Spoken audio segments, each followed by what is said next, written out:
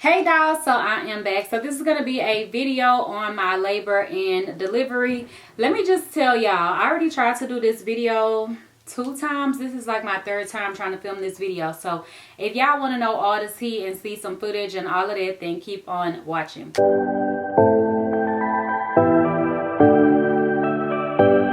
It has been a couple of months now since I have given birth, so I hope that I don't forget anything, because in the other videos I feel like I was leaving out stuff and I was just like, no, this is trash, I need to redo it. But yes, I was due on November 28th, as you dolls may remember, but I did give birth on November 25th. Okay, so what happened was I had a doctor's appointment scheduled for that Tuesday, which was November 24th. My doctor's appointments were usually on Tuesdays in the morning. So that week prior to this appointment on the 24th, she had told me, you know, like to keep trying to get myself to dilate, basically have sex and all of that kind of stuff. And then, you know, they would see me on that Tuesday. So whenever I went in on that Tuesday, I knew that my due date wasn't until that Saturday. But whenever she checked me, I still wasn't dilated, and she had said like, okay, we're just gonna get you to come back in next week on Monday, and that would have been after Thanksgiving, and then we will see what's going on and if we need to admit you to the hospital to be induced. Okay, so I'm like, perfect, that's good, like, because really in my mind I'm like, okay, whenever I go to the doctor on Tuesday, that's cool, I'm gonna get through Thanksgiving, I'm gonna get to eat all this good food, and then over the weekend I'm gonna do everything that I can to basically self-induce myself, go up and down the stairs, have sex.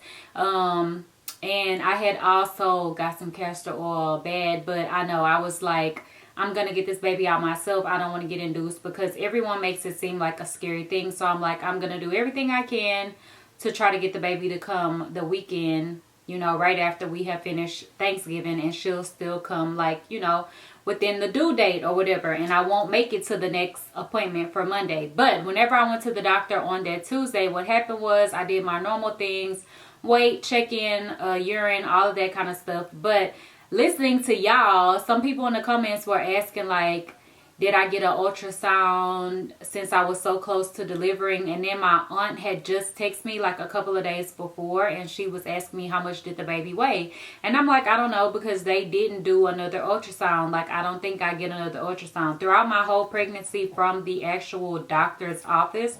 I only got an ultrasound twice, and then I went to a place and paid for an ultrasound twice as well. So I had 4 ultrasounds throughout the whole pregnancy, you know, up until that point. So I'm like, they not doing another ultrasound. I'm pretty sure I don't get another one. So whenever I went to the doctor that day, I was like, do y'all do another ultrasound? Like, I thought most people can find out how much their baby is probably gonna weigh before they go in to have the baby. So do y'all do another ultrasound?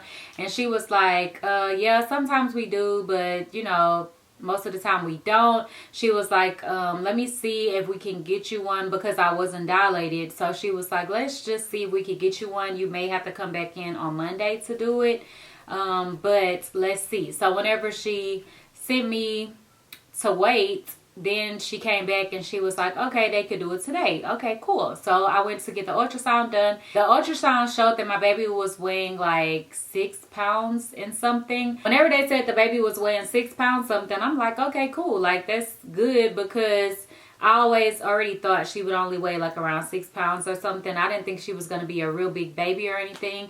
So I'm like, cool. Like, I don't got nothing to worry about. I'm about to get to go to Thanksgiving and everything going to be good and popping, right? So the girl who did the ultrasound, I was like, all right, I'm good to go now, right? And she was like, oh, no, Amber wants to see you back in a second, so just go wait in the waiting room, and then they'll call you back in a room in a minute. So I'm like, what do she want now? And Amber is my nurse. That was my nurse that I had throughout the time of you know, visiting the doctor. I would see other nurses, but she was like my main nurse. So I'm like, what does she want now? So I went, waited, then she called me to the back, and to my surprise, she was like, oh, your doctor wants to go ahead and admit you to the hospital now so that you can go ahead and have your baby. He was like, you're going to go to the hospital today because he wants to go ahead and get the baby out. He doesn't want to leave her in there over the weekend. And I'm like, wow, what's wrong? Like, I'm startled at this point. And she's like, oh, she's just a little smaller than what he would want her to be or whatever. So I'm just kind of like, okay. And I'm thinking, like, if she's 6 pounds something, then that's not really that bad. But then I'm also thinking about all the videos that I've saw where people got an ultrasound and it showed one weight and the baby was always usually smaller than whatever the weight was on the ultrasound. Like, a lot of people thought they were having like 10-pound babies and the babies were way smaller than what it looked like on the ultrasound. So I'm like, okay, she's probably a little bit smaller than whatever it says, but I think it's fine. She like, whenever you leave here, you're gonna go straight to the hospital and get checked in. And I'm like, how am I gonna get my stuff? I was like, I can't go home and get my stuff first. And she was like, no, you can send him to go and get your stuff. Basically saying, like, my man, like, he can go get my stuff and I can go and get checked into the hospital. So I'm like, okay. So to his surprise, he's shocked because he's went to every visit. Although he wasn't allowed to come in, he was always sitting outside in the parking lot waiting. So it was like he went to the doctor with me, but not really. So whenever I went to get in the car, I told him what happened, and I was like, I'm going to the hospital today so that I could be induced to have her or whatever. So he was kind of like, wow, like, why today too? So I was like trying to explain to him everything what they said to me. And that was that. And I was like, but they want me to go right now. Like, they don't even want me to go home and get my stuff at all. And he still needed to go run by somewhere real quick. And he was like, yeah, it's all right. Like, you could go home and get your stuff. Like, they could wait a minute. So we went home. I came home and I got my stuff. He went to go do what he had to do. And then I went to the hospital. And yeah, so this is where the story really begins. So once I got to the hospital, there was a desk in the front of the hospital and you got like a visitor's badge and they screened you, basically just checked your temperature. And then I was off to the labor and delivery floor. So I went to the labor and delivery floor, and it's so funny because this is actually the hospital that I used to work at. So I know my way around pretty good, and sometimes I would go with another person who worked with me. Hey Raven, I would go with her sometimes to go and pick up charts and stuff on the different floors, and we would go to the labor and delivery floor and stuff like that. So I kind of knew a little, but I didn't know, I didn't know everything about what was about to go down. Okay, so whenever we got there and we had to wait at the door for someone to come. Then they took my insurance card. I filled out some papers and everything like that. And they were kind of like asking me what I'm in for, what I'm going to do, whatever. And I'm like, yeah, my doctor sent me over. I'm getting induced. And then my man is asking the nurse a whole bunch of questions since he wasn't allowed to be at the doctor's visit. So he was still like asking other stuff. So that was that. So then they sent me to triage. And at first I thought this was going to be my room. Like, I was like, really? Like, this is what I'm about to deliver in? Because it was a room with several other beds. But basically you go there first. And I guess that's where you dress out at and do a urine test. Because that's what I had to do. So I took off what I had on and I got into the gown that they gave me. And I did a urine test. And then I sat there and waited a while, and y'all, my nerves were shot to hell. Like, I wanted to sit there and cry, but it was like, girl, it's time. Like, you got to have a baby right now. The circumstances were not what I expected them to be. Like, I always wanted to go into labor out shopping or something crazy and like super dramatic, and everybody like, oh my God, her water broke. Like, everybody going crazy. Like, that's what I always imagined for myself. But that was not what God gave me. Like, I got to have it planned out, which is kind of a little bit more so how I prefer things because I am such a planner. So it did allow me to have everything together and everything planned out somewhat. But it was still very unexpected. So yeah, I waited in the triage room for a little while, and then they moved me to a room. Now, I wasn't sure if this was going to be my permanent room or what until I asked the nurse, and she said, yeah, that was going to be my room. So there was like a big old what is it, air conditioner, and it wasn't like in the wall or anything. It was like on the floor, so it got really cool in the room. So that was good because I was able to be more comfortable with the air and stuff. I will try to post pictures. I think I took pictures of the room, like different areas of the room. Once I got in the room, they did set up an IV on me. That was like the first thing that they did. And the first time she tried to do it, she tried it on this side and it hurt really bad, and she stuck me and it was hurting and it was not right at all. So then another nurse had to come in and redo it, and I did it on this side and it was completely fine. It didn't hurt at all. Like, the girl didn't know what she was doing, y'all. So that was already that. And then I filled out more paperwork, and then I had to do a COVID test. So for the COVID test, it was really easy. I just want to tell y'all about the experience real quick. It wasn't bad at all to me. They did have to do the nose swab. At first, whenever I went to my doctor, they had told me, you know, I would have to get a COVID test, but I would be able to do a blood COVID test. Like, I wouldn't have to get the nose swab. So I was like, cool. But then once I got to the doctor, since I was being induced and I guess it was kind of more rushed or whatever, they wanted to get the COVID test back ASAP. So I couldn't do the blood test. But whenever she did it on this side, and she stuck it up into my freaking brain. Like, no, not in my brain, but it did feel like it went up super, super high. And then they have to spin it. Like, it's a super long Q-tip, and then she had to spin it around. And then that was that. And it was just kind of like, ugh, like, it just felt really uncomfortable.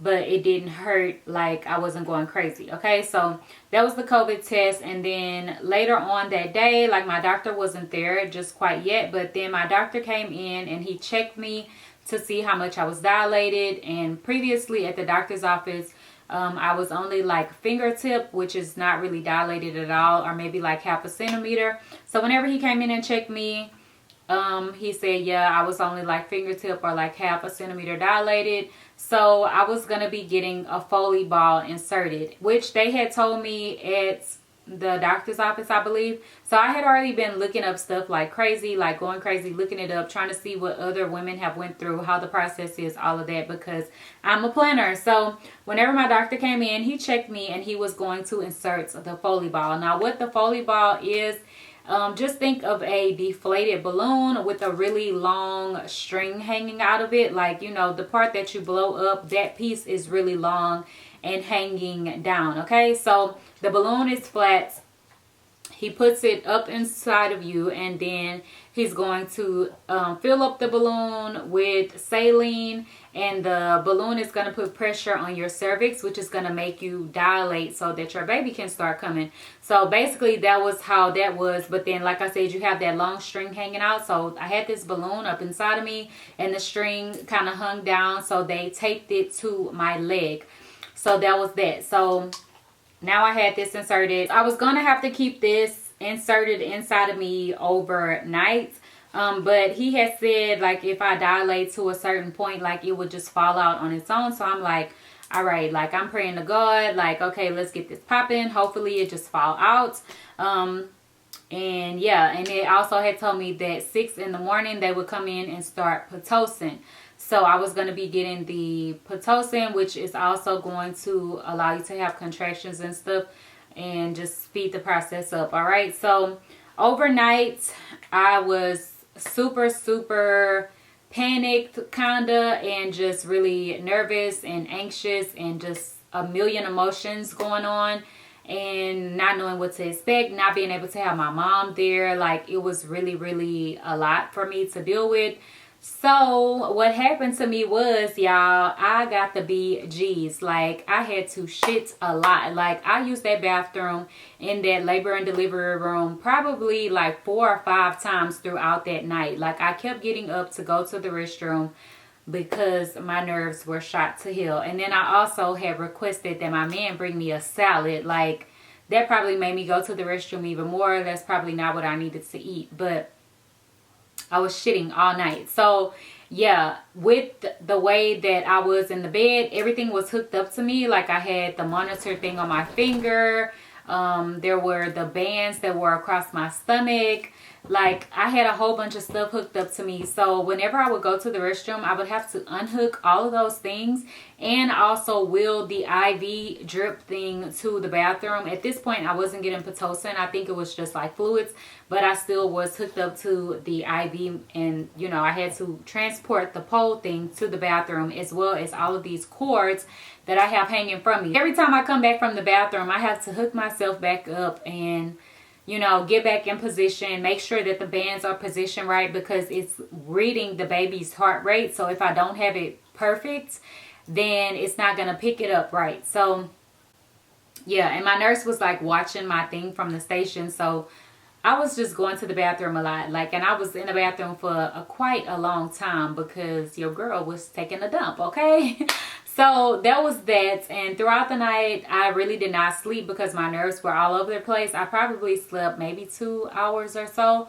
And my man had gotten a chair on the side of me and he was knocked out, honey. But I was up, like, I had my iPad and I was watching YouTube and like TV on there and all kind of stuff because I really could not sleep. So yeah, so throughout the night I was having contractions with the Foley ball inserted. Even before I got any pitocin or anything, I was starting to have contractions. So I was like, all right, this is good. It means that it is working. But he had also said, like, sometimes people don't really dilate at all with it, or, you know, maybe I could be dilated. So I'm like, please, Lord. And he had said maybe up to a 3. So I'm like, please just let me get to 3, and then the rest we will get it done. You know, like, I just need to get this thing started. So I'm like, all right, cool. I'm feeling some contractions and I'm getting up and going back and forth to the bathroom. So throughout the night, like, it felt more comfortable sometimes for me to kind of be up walking around. So sometimes I would just get up out of the bed and not have to go to the restroom and be like kind of trying to stand up on the side of the bed and stuff. My man is like, get back in the bed. Like, what are you doing? And I'm like, I can feel something, like it's hurting, like I'm having contractions or whatever. Those contractions weren't the bad part at all. Like, it was just really mild, uncomfortable, like annoying at that point, okay? So also, another thing that I forgot to add in is that the Foley ball, the piece that is hanging out, it did start to leak blood out. So I was dripping blood on the floor as well, going back and forth to the bathroom. But the doctor had already said there may be some bleeding, so that was fine. So I wasn't panicked about it or anything. And I had told my nurse when she came in. And also later on, the blood started to get really thick and mucousy. So I'm guessing that was my mucus plug passing through the tube as well that was hanging from the Foley ball. So I just wanted to add that in so y'all would know that little bit of tea that I forgot to mention in the story. That was that. So then let's just skip through the rest of the night. My nurse came in the morning, a little before 6 actually, and I had a different nurse this time. I thought I was going to have the same nurse because she had said she would be back. First nurse that I had when I got there, I got a different one at night, but the one that I had during the day had said she would be back the next day. I was kind of mad about it at first, but then I actually really thanked God that I had her because she was so much better than the first nurse. Like, even though I had got used to her, I really appreciated getting a new nurse that was going to be good for me. So yeah, she came in and she started like writing her name on the board, and she had put welcome baby or welcome baby girl. I have a picture of it in my phone, but I was kind of like still in shock because I wasn't really expecting that I was going to have my baby that day. Like, I don't know what I was thinking, like if I was about to get induced a little bit and go home or what. I don't know what the hell I was thinking, but I was like, wow, I'm really about to have my baby today. Like, what? So she comes in, she's doing all of that, and then she's like unhooking me and fixing all of the cords because she doesn't want anything tangled up. And she's just like really neat and a perfectionist, and I really love that about her. So yeah, she got everything set up perfectly. And then it was a little before 6, like I said. So she had got the bag of the pitocin set up, and she was like, she'll be back because she has to start it at 6 o'clock on the dot. Like, we're not going to start anything before that. So I'm like, all right, cool. So she comes back in 6 o'clock on the dot and she gets it going. At this point, I've already been having contractions, and my doctor is not there just yet to take out the Foley ball. So with the Foley ball being applied and, you know, it's causing pressure, and the pitocin drip that also causes contractions, I feel like that was like boom, like it just worked together and it just gave me contractions out of this world, because they started to get really intense really fast, and my nurse was coming in every 30 minutes and increasing the dosage so that my contractions would increase. So by this time, you know, it's past 6 and I'm getting my increases every 30 minutes or whatever. And then my doctor came in around 9 or 10. I'm not really sure exactly what time it was. And he came in to check me and remove the Foley ball. Now, let me tell y'all, when my doctor came in and removed the ball, I was 7 centimeters dilated. Thank you, God. Like, y'all, I was so happy, because I thought maybe I would only get to 3 or maybe less than that. And I was way past that. I was already at 7. And you only have to get to 10. So I'm already more than halfway there. Like, I'm right there at it. And I'm like, oh my God, I've been doing this all night on my own with no drugs and all day or whatever. Like, I've been doing this all by myself with no drugs. And it's amazing. Like, I've been in pain, but it's not, it's bearable. Like, I could do this, okay? So that's cool. So after that, he did go ahead and break my water, and that was also going to speed up my contractions as well. Breaking my water, it did not hurt at all. You know, they use this, it's like a long plastic, let's just say needle, but it's not pointy. It kind of has like a hook at the end and like a little, it's like a hook, and then it has like a little piece kind of like this. So I guess like when you put it in there and you kind of like pull out, it's gonna pop whatever it is and break your water. I don't know, but it didn't hurt at all. Whenever he inserted it, I didn't feel a thing. Like, it just, all I felt was a lot of fluid coming out. And they were putting down those kind of like puppy pad chucks, whatever. They were switching those out like every time more water would come out or whatever. So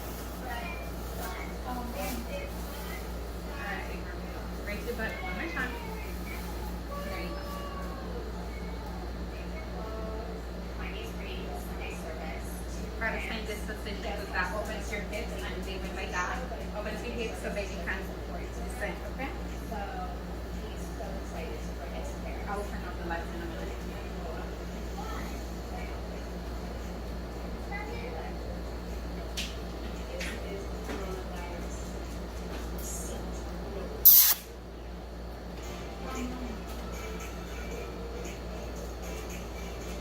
So he broke my water, that was fine. And then my doctor had said I can get the epidural if I want to, or get some kind of pain meds or whatever, because I was getting closer to delivering. And he was like, if you want to get the epidural, now's the time to do it, right?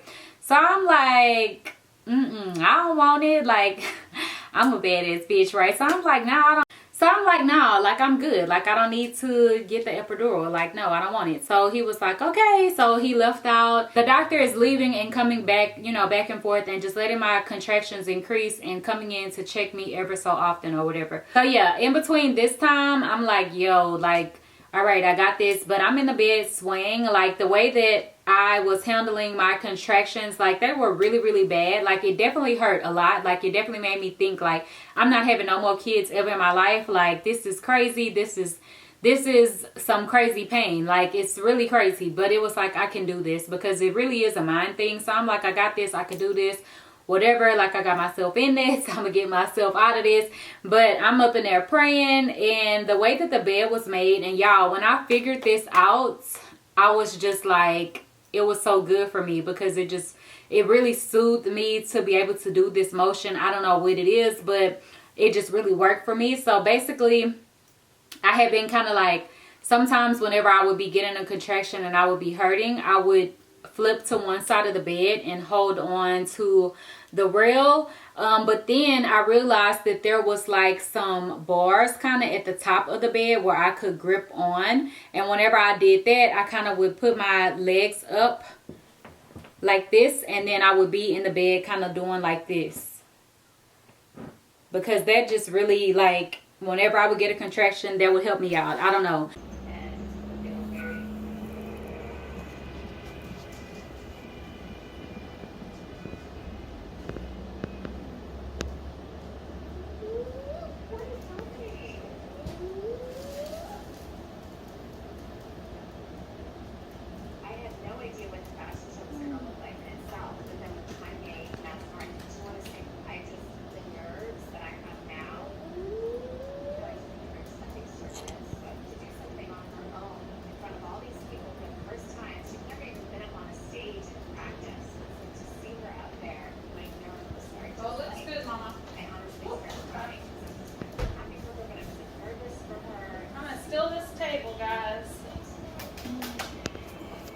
But also another thing, let me just tell y'all real quick, a way to speed up your pregnancy or your labor and delivery is to push every time you have a contraction. Now, sometimes, like my nurse was telling me, like if I push, at one point, this is later on in the story, but at one point she was telling me don't push because I can tear. But throughout my whole time of me having contractions, I was pushing, even throughout the night when I had the ball inserted. But with the ball inserted, I was a little bit more cautious and not pushing so hard because I was scared that I would just push the ball out and then it wasn't going to do what it needed to do. But my mom always taught me that whenever you have a contraction, you push, and that is going to speed the process up for you to get as far as you need to get to 10, you know, so that you can go ahead and have the baby. But I'm not sure if you can tear. Well, my mom always like, you're going to tear anyway, so it don't matter, just push. But I did push throughout the time, and then, you know, even after I got to 7, I was still pushing every time. And like once I got to 7 and he broke my water and I was pushing, I felt like my pushes were uncontrollable. Like before that, if I felt it, I would push. But then once I got to 7 and he broke my water and I was pushing, it didn't feel like I was pushing anymore. It felt like my body was pushing, and I was like putting my hand down in between my legs, and like it felt like I could almost feel her trying to come out, and my body was just pushing on its own.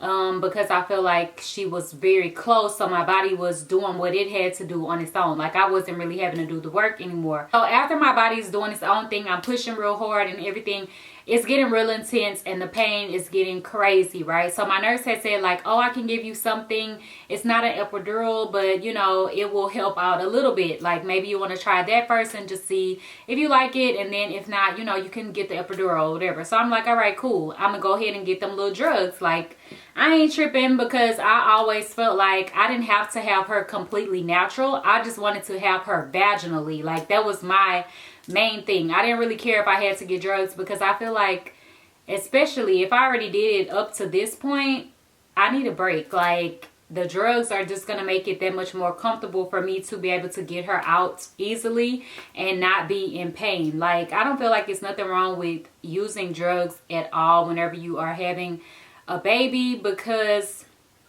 that's what they there for. And why go through the unnecessary pain and feeling some things that you don't have to feel if they have the drugs there for you to do it. Now, I do feel like if you get the drugs too early, it definitely messes you up, and a lot of times you can end up having to get a C-section because your contractions are not going to move along really good if you get the epidural too early, if you know what I'm saying. So I was like, okay, I'm already to 7. I only got 3 more centimeters to go. Like I'm already close to the end, so I really can get it, but I kept saying no at first.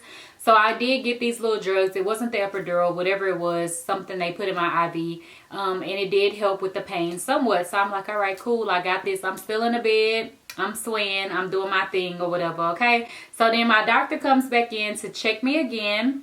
And like I said, my body was already like pushing by itself, and I felt like I could almost feel her head and like she was in my butt or something. So he checks me and I'm still 7 centimeters, and I'm like, what the hell? Because I just knew when he came back, I was going to at least be like an 8 or a 9. Like I was about to be right there at it. So I'm like, ain't no way. Like this, it's not working, and I'm in pain. Like I've been pushing so hard and I'm in pain. And my doctor was like, do I want to get the epidural? And I was like, no. I thought about it and I was like, no, I don't want to get it. I don't want it. So then I'm like, nah, I don't want it. And then my doctor was like leaving out, I think, and my nurse was just about to walk out, and my man was kind of like asking me about it, like, you don't want it, all right, whatever. And then I was like, yeah, I want it, because I sit there and I thought, like, the pain is crazy. Like, I already been in crazy pain up to this point, but I'm still 7 centimeters dilated. Like, what if this takes longer than I think it's gonna take, and I'm gonna sit here being in pain for all of this time? Like, no, I might as well just get it and enjoy my pregnancy, my delivery, and just, you know, be able to relax and enjoy it. And I still hadn't really slept, y'all. That's what y'all not getting. Like, I still hadn't really slept. So I'm like, yeah, I want it. So they like, all right, cool. She goes and puts in whatever for me to get it. Then the little man comes in to do my epidural. Now, mind you, I already said that my body is already starting to push on its own. And whenever they do your epidural, this is something that I didn't know even from watching videos, is that you have to get it while you're having a contraction. I thought that you just get it, like, probably, you know, while you are calm and you're not having a contraction. But y'all, they have to do it while you're having a contraction. And at this point, my pain had gotten really bad, so it was really intense for me to sit still for him to do this epidural. And also my body was pushing on its own. So whenever I was getting ready to have this contraction and he's getting ready to do this epidural, my body is pushing, so I'm moving, I'm tensing up, you know, like, and I'm trying to stay as still as possible. And I just really want this pain to be gone at this point.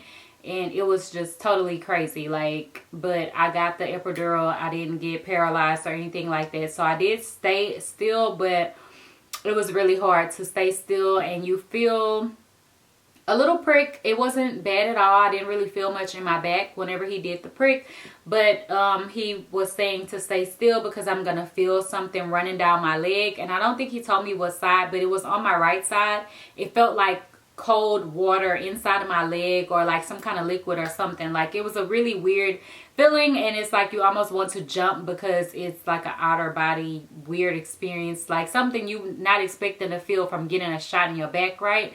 But I felt it, and that was that. I stayed still. I kind of jumped a little bit, but I stayed still. And thank you, Lord, I didn't get paralyzed or anything, because it was so hard to stay still. Because, y'all, the pain was intense. But I'm still thinking in my mind, like, yo, you a bad bitch. You got this. Like, that's what you got to do to yourself. Like, you got to big yourself up throughout the whole time. So, next, what happened was the pain stopped completely. So, for some people with the epidural, they will tell you that they still had some pain or whatever. So after he did it, like initially, right after he did it, he asked me what was my pain, like how did I feel? And I was like, oh, maybe like a 3. So he was like, okay, only press the button if you get to 4 or 5, whatever it was. I don't remember what number it was, but it was above the number that I had said I was.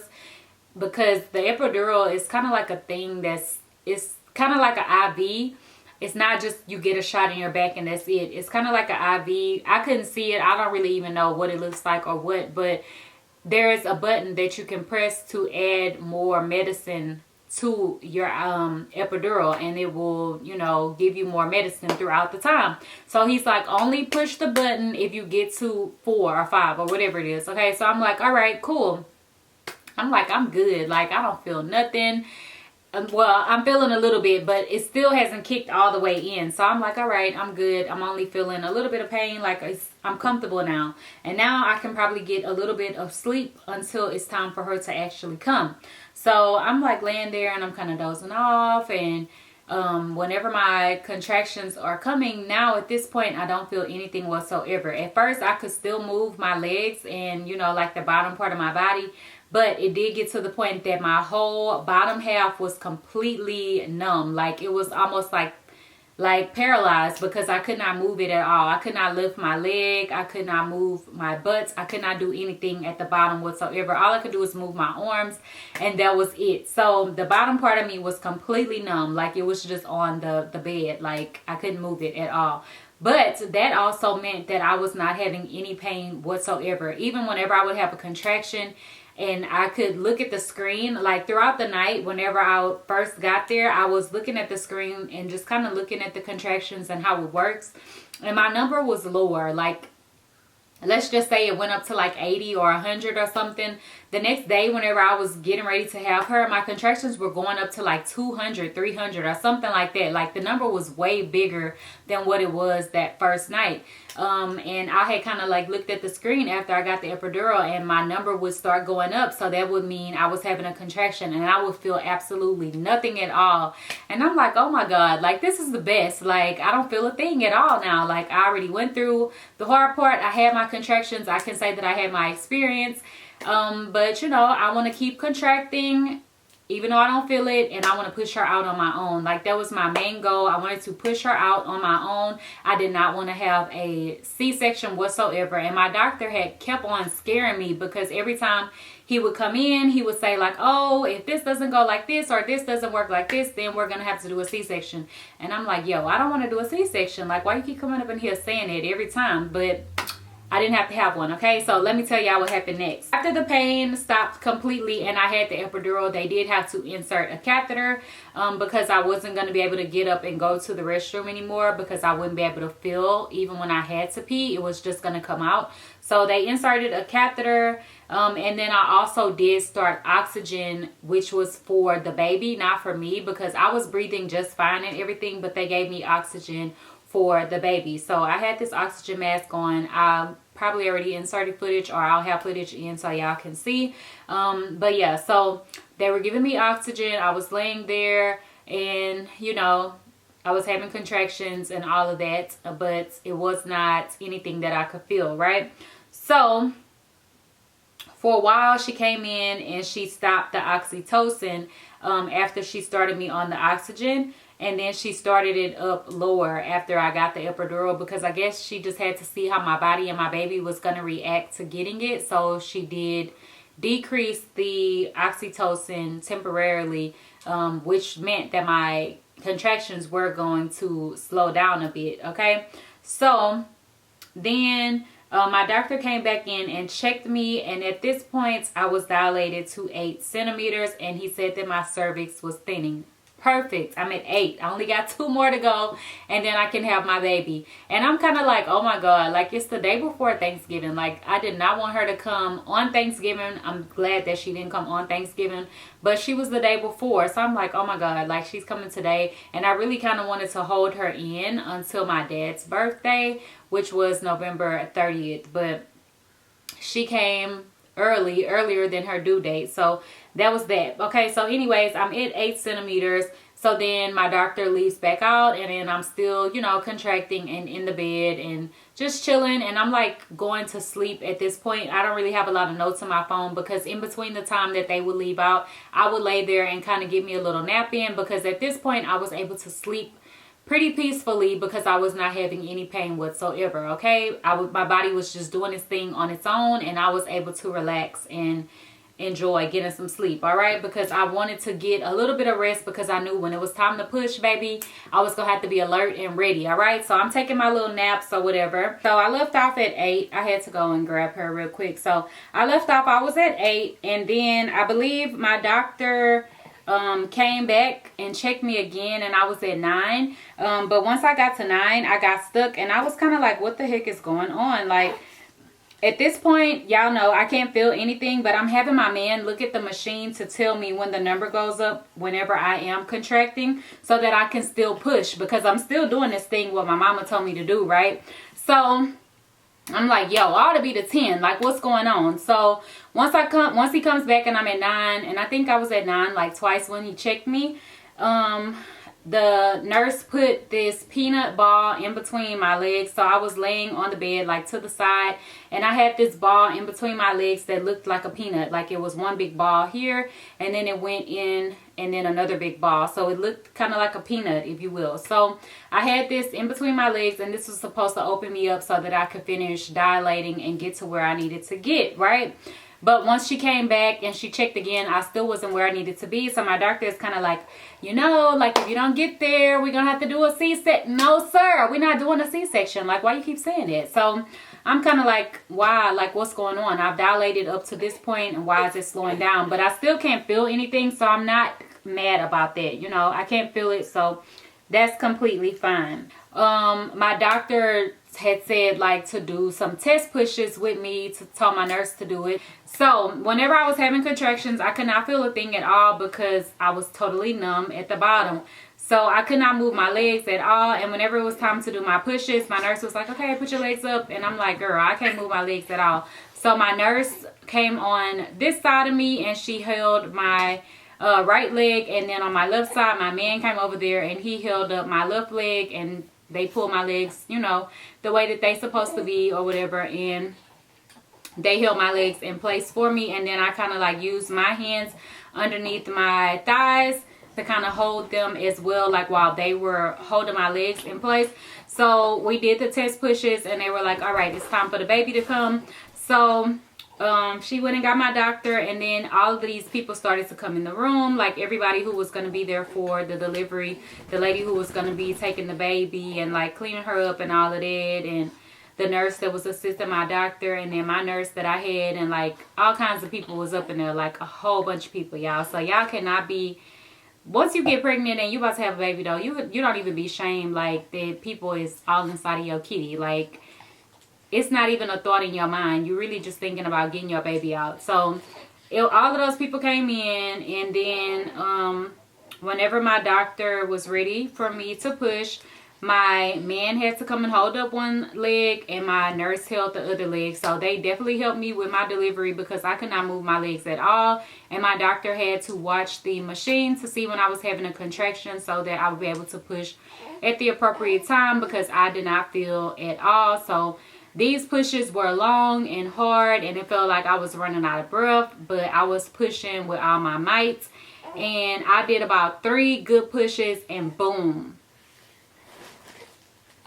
she popped out. So yeah, that's what happened. And my doctor, before I actually pushed her out all the way, I did feel him do like 2 snips, but I didn't feel it. Like, I didn't feel the snips, but I could kind of hear it, and I could feel that he was doing something, but I didn't feel it. Like, it wasn't any pain. So he did like 2 snips, and then once she was actually here and he talked to me and everything, he told me that her cord was short, for one, and her cord was also around her neck, and he was saying that's why we were having trouble getting from 9 to 10, because he was like, he couldn't understand why I had slowed down and it wasn't moving as fast as it was previously. And I was just crying and crying my eyes out, and he like, you did good, or whatever. Like, sir, I ain't crying because I did good. I'm just emotional. Like, I'm super emotional.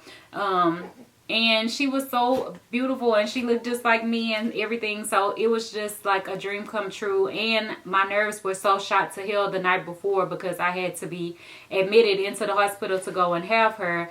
It was just, I was just overjoyed, and like thinking about my momo, and like I had been praying to him, my papa, the whole time, and like it was just a lot. So yeah, that was that, and baby girl was here. So after you have the baby, you do have to stay in labor and delivery for a bit. Well, at least I did, because I had the epidural, so I had to wait for my epidural to wear off.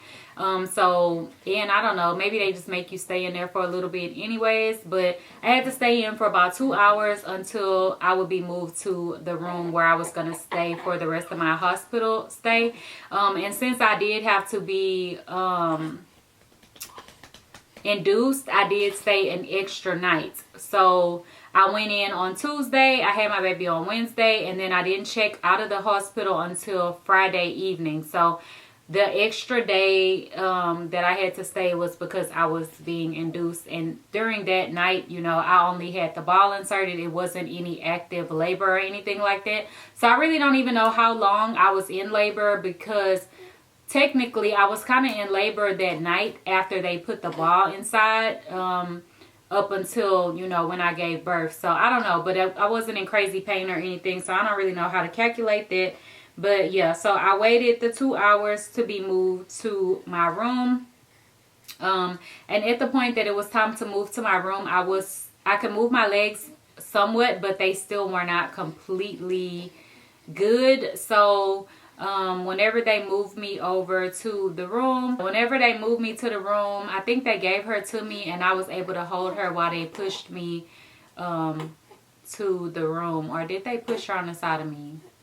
I think I was able to hold her and take her to the room.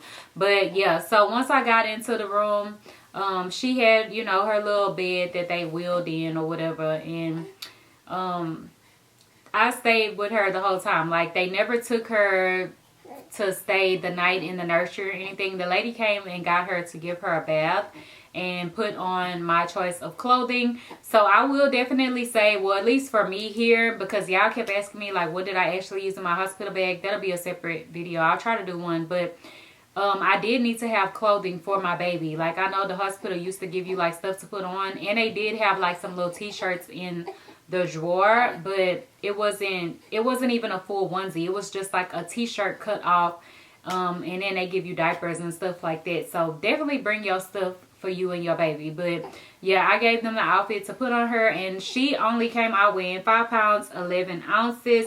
And like I had said before, they thought she was going to be like 6 pounds something, but I knew she would probably be a little smaller than that. But she still wasn't that tiny. Like, the people were saying, oh, she's so tiny and so cute, but to me she wasn't really that tiny because I'm so small. Like, I'm only 4'11", so I was not ever expecting for my baby to be huge, even though I know some girls are like small like me and they have big babies, but I just wasn't expecting for her to be a huge baby. But now she weighs 11 pounds and something. She's probably almost close to 12 pounds now, because she went to the doctor like a week or two ago and she was 11.4, so she's getting close to 12 pounds, and she is right at 2 months. So she didn't gain her weight. Like, she definitely didn't caught up. She not behind, or she wasn't premature. She didn't have to go to the NICU or none of that kind of stuff. So yeah, they give you your baby and you have your baby throughout the night. And also they had to give me pitocin again throughout that whole first night after I had her, to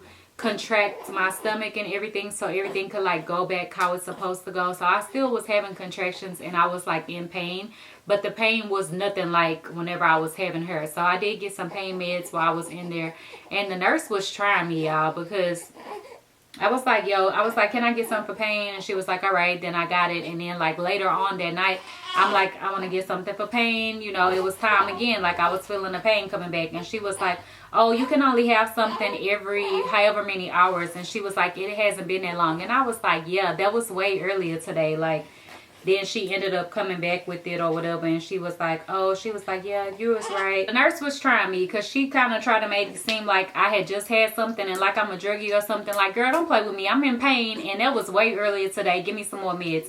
So I would say, if y'all want to, bring some Tylenol or ibuprofen or something in your bag, because they might be playing with you like how they was playing with me. And I had wished that I would have had something in my bag to help me, because the pain, it hurt, but it wasn't like I needed strong drugs to take care of it, you know? Yeah, that was that. And like I said, they left the baby with me, so I had my baby throughout the whole time. And y'all, nobody do not come and show you how to change a diaper or how to do this or how to do that. Like, really, being a mom really just has to come natural to you from back in the day when you was playing with your dolls, or if you have little cousins or sisters or brothers or whatever the case may be. Like, everything that you did in the past will come back to you, because y'all, I had not changed a baby or anything in years and years, like over 10 years ago. Like, I was probably like still pretty young whenever I changed a diaper the last time for, you know, as far as my little cousins and stuff like that. Like, probably the last little cousin, I was like fresh out of high school when he was a little baby. So that was a super long time ago whenever I had, you know, changed the baby. And nobody showed you nothing, but I was fine. But I'm just letting y'all know that for some people who may not be aware of that. I mean, I'm sure if you ask for help, they will come in and help you or show you stuff. But I ain't had no help, honey. So yeah, we stayed at the hospital. And then the next day was Thanksgiving. So on Thanksgiving, they had a nice meal at the hospital. Like, I was able to choose from several different things, and I think I had got like some pasta and salad and stuff, and that was pretty good. And then the next day the food was trash, but the breakfast was all right.